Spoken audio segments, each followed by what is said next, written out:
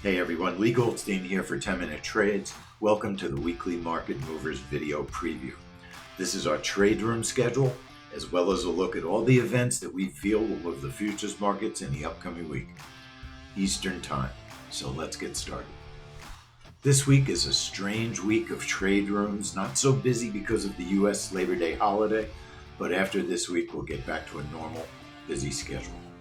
No trade rooms on Monday because of the holiday. Tuesday, our first event will be 12:15 a.m. in the trade room for the Australia rate statement, a family money trade, then 9:15 p.m. for Australia GDP.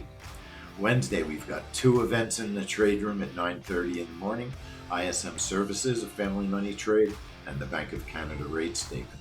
The ISM Services is also our free YouTube stream of the week. 2 p.m. we'll just be watching the Beige Book. No trade room on Wednesday for Beige Book. 4 p.m. we have a trade room on Wednesday for the API crude oil report. And at 9:30 p.m. no trade room for Australia building approvals and trade balance, but we will be watching that report to see if it moves the Australian dollar. Thursday, we start in the trade room at 8 a.m. for unemployment claims and non-farm productivity. 10 o'clock, we've got two events, the natural gas storage report and crude oil inventories. Friday, we finish out the week with the Canada jobs report at 8 o'clock. That's it for the week. A little bit quiet, as I said.